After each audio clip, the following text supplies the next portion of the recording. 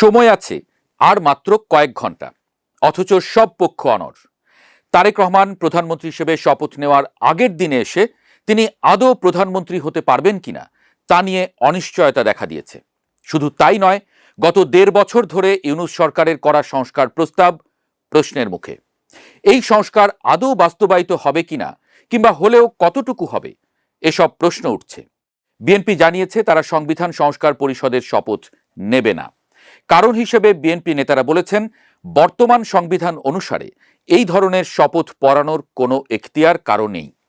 যদি শপথ পড়াতে হয় তাহলে সংবিধান সংশোধন করে শপথ পড়ানোর বিষয়টি সংবিধানে অন্তর্ভুক্ত করতে হবে। জুলাই সনদ অনুসারে সংস্কার করার কথা এই সংবিধান সংস্কার পরিষদের। বিএনপির এই বক্তব্যের পর জুলাই সনদ অনুসারে সংস্কার কার্যক্রম প্রশ্নের মুখে পড়ে গেল। এর চেয়েও গুরুতর বিষয় হল ১২ই ফেব্রুয়ারির নির্বাচনও প্রশ্নের মুখোমুখি।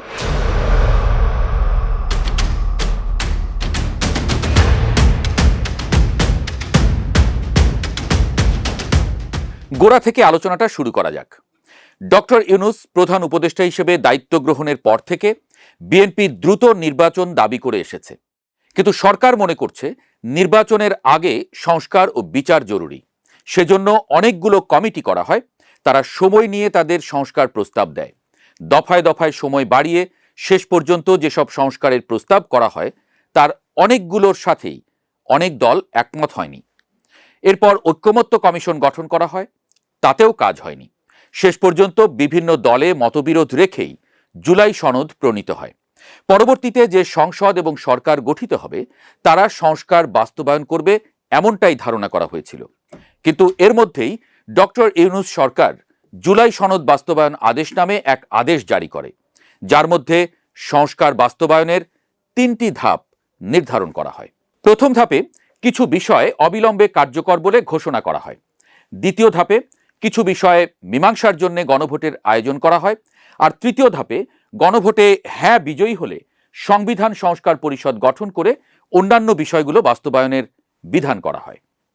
এই আদেশ নিয়েই আপত্তি ছিল বিএনপির। আদেশ জারির পরপরই ১৩ই নভেম্বর বিএনপির স্থায়ী কমিটির সদস্য সালাউদ্দিন আহমদ বলেন, সংবিধান অনুযায়ী রাষ্ট্রপতির আদেশ জারির ক্ষমতা নেই, অর্থাৎ আদেশের বৈধতা নিয়েই প্রশ্ন তোলে দলটি। এই আদেশ যদি অবৈধ হয় তাহলে এই আদেশ অনুসারে গণভোট হওয়াও কার্যত অবৈধ। কিন্তু গণভোট হয়েছে, বিএনপি তাতে অংশও নিয়েছে। বিএনপি নেতা তারেক রহমান গণভোটে হ্যাঁ ভোট দেবার জন্য নেতাকর্মীদের নির্দেশও দিয়েছেন। গণভোটে হ্যাঁ জয়ী হয়েছে। আদেশ অনুযায়ী এখন সংবিধান সংস্কার পরিষদ গঠন করতে হবে। নির্বাচিত এমপিদের আলাদা করে দ্বিতীয় শপথও নিতে হবে, কিন্তু এই শপথ নিতে চাইছে না বিএনপি। তারা বলছে বর্তমান সংবিধানে এই শপথের কোনো বিধান নেই। যদি আদেশ অবৈধ হয়ে থাকে তাহলে সেই আদেশ অনুসারে নির্বাচনে কেন অংশ নিল বিএনপি? বাস্তবে বিএনপি এক গ্যাঁড়াকলে পড়ে গেছে। শপথ নিলেও বিপদ, না নিলেও বিপদ। সংবিধান সংস্কার পরিষদে শপথ নিলে গণভোট মেনে নিতে হবে দলটিকে। গণভোটে যে 4টি বিষয়ে প্রশ্ন তোলা ছিল, নির্বাচনকালীন তত্ত্বাবধায়ক সরকার, নির্বাচন কমিশন এবং অন্যান্য সাংবিধানিক প্রতিষ্ঠান জুলাই সনদ অনুসারে গঠিত হবে। আগামী সংসদ হবে 2 কক্ষ বিশিষ্ট এবং প্রাপ্ত ভোটের অনুপাতে 100 সদস্যের উচ্চকক্ষ হবে। বিরোধী দল থেকে ডেপুটি স্পিকার এবং সংসদীয় কমিটির সভাপতি হবে।